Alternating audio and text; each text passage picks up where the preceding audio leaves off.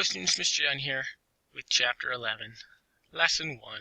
So everything we've covered so far has been really colonial, like colonial Williamsburg colonial, flintlocks and handmade shoes and shucking corn and churning butter and all that kind of jazz.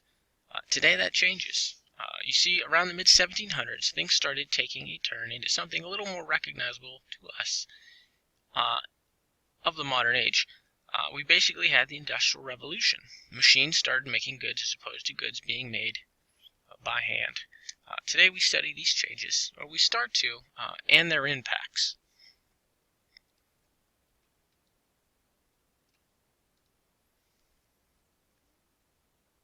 So the Industrial Revolution began in England, but it made its way to the USA around 1800. This was a huge advancement. Folks started leaving the farms and homesteads to work in factories. Basically, Industrial Revolution means we have machines and factories making goods instead of everything just being made at home or in small shops. And it was much faster. Machine-made stuff is much faster. In the USA, the Industrial Revolution really began in New England. You remember that the soil was not really that great for farming in New England. People that did farm pretty much farmed just enough to survive off of. We call it subsistence farming. So people, as a result, were willing to give up their tough farming lives in New England to go work in factories. Also, a geographic consideration is there were many rivers and streams in New England, and they were needed to run the machinery. The first machinery was water-powered, like with a water wheel. Also, the many ports in New England made it prime location for exporting those manufactured goods. Let's talk about some of the new inventions. There were some big inventions in this time period. Things like the water thread and the spinning jenny, spun thread from cotton. The power loom then wove that thread into cloth. Many of the first industries involved textiles, which is cloth. In 1793, a guy by the name of Eli Whitney created the cotton gin. The gin being short for engine, so it's the cotton engine, but they called it the cotton gin. The cotton gin rapidly removes seeds from raw cotton. So you pick cotton off the cotton plant, and it's got seeds in it, and then you need to pick out all the seeds by hand.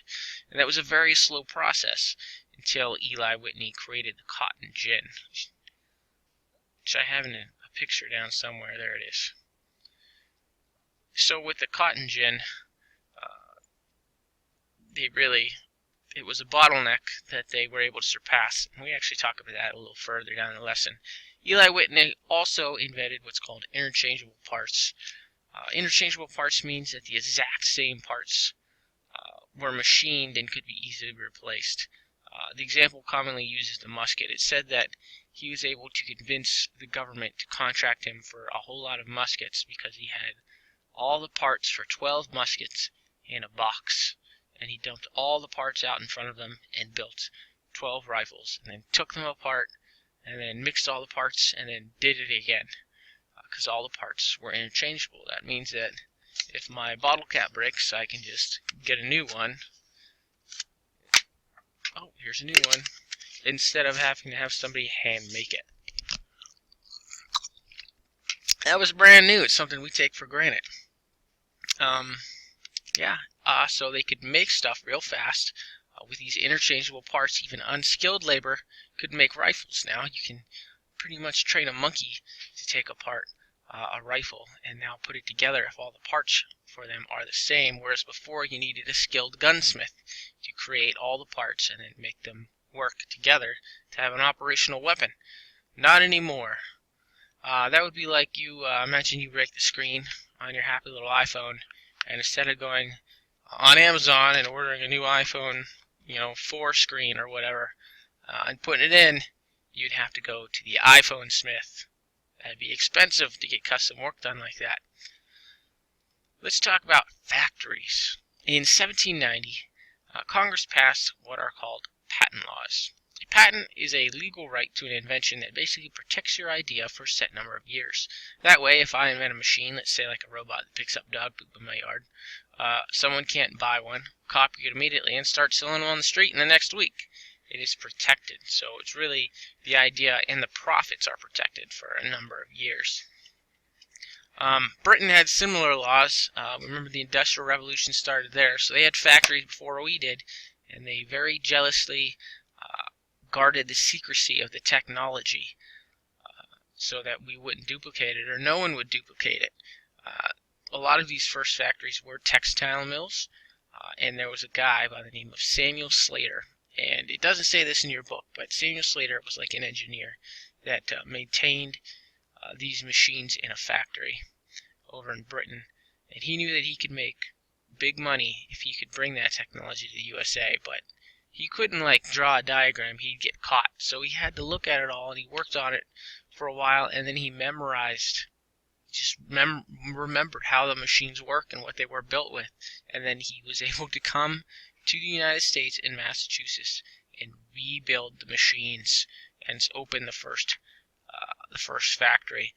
Now, our book didn't go into much detail on it. In the past, we've gone into a little more detail, but the basics of it is Samuel Slater might have been able to bring that machinery over by memorizing it, but his first mill didn't do very well.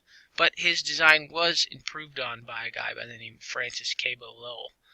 Lowell built a mill in Massachusetts that not only made the thread from the cotton, but it also spun that thread into cloth, and that was all in the same building, and that was a pretty big accomplishment. That was in Massachusetts. That's really where the Industrial Revolution began in the United States. A quick note on some economics. Free enterprise. The USA became an economic power by practicing capitalism. In capitalism, the people own the means of production. Not the king, not the Congress, not the president. It's the normal Joe Schmoes own the means to produce. These means to produce are called capital, hence capitalism. Examples of capital might be a big machine, a factory, a warehouse, or even like a fleet of shipping boats. That's capital. We control those things, and then we use those things to make profit. Another term used to describe the American economic system might be free enterprise, because basically people are free to buy, sell, work, and produce whatever they want. The impetus for capitalism is generally making money, trying to make money. However a person is able to make the most money, generally you can do that. Other factors of capitalism / free enterprise would be like competition, profits, and supply and demand, but we're not going to go into too much detail on that. On agriculture, although factories were being built in New England, most people in the United States still farmed. In the South and the West, and places like the middle colonies like Pennsylvania and New York, agriculture remained king. In the West and middle states, they grew cash crops like wheat and corn. In the South, this is when cotton started to boom. You see, there was more demand for cotton as a result of this new textile industry. So the factories needed more cotton. And then they had the cotton gin was invented, and then they could get that cotton much faster. Cotton production swelled from 30,000 bales a year to 300,000 bales a year between 1790 and 1820. That's only 30 years. This unfortunately created a huge demand for more slave labor. Before, they'd been held up by that process of picking seeds out of the cotton. So no matter how much cotton they grew, they were still stymied at this bottleneck of having to pick it out by hand. The cotton gin removed that, so cotton, they could grow more and they could make it faster, essentially. This led to the growth of cities, all this industrialization. So many of the first factories were not bought and paid for by rich businessmen or moguls, but by everyday folks that made small investments. Basically, they'd give a little money to a guy starting a factory, and in turn, if the factory succeeded and made some money, some of that profit would be given back to the investors. This gave way to the birth of a new legal entity in the 1830s known as a corporation. In the simplest terms, a corporation is a business owned by many people, called investors. If the corporation makes a profit, that profit is shared among the investors. Corporations help drive the Industrial Revolution in the United States. If you own a part of a company, a corporation, that's called a stock, and then when you make dividends on your stock, that's a share of the profit. Let's see. Industrialization spurred the growth of cities in the USA. If a factory went up on a river, where they usually were because they were water powered, a town would generally grow up around it. People left their homes to make wages working in these factories. Old cities like Boston and New York had their share of factories as well. On a note, cities were pretty dirty places. There were no sewage lines. The roads weren't paved, so we still had dirt roads, and livestock roamed the streets. Macaw, that's fun. Buildings were still made of wood and brick. Disease and fire spread rapidly in these old, very early cities. The first fire companies actually came about in this era.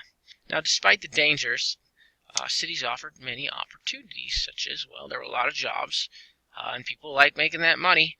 Also, they were kind of cultural centers where places like museums and theater and libraries went up. So that was also a draw for people. Places like Pittsburgh and Cincinnati grew into bustling urban centers. That's all for today. I saw some typos I need to fix. Otherwise, I'm going to go ahead and make the quiz. Simple, 10 points, 5 multiple choice questions. If you have any questions, please contact me. Otherwise, go ahead, knock out that quiz, and have a wonderful day.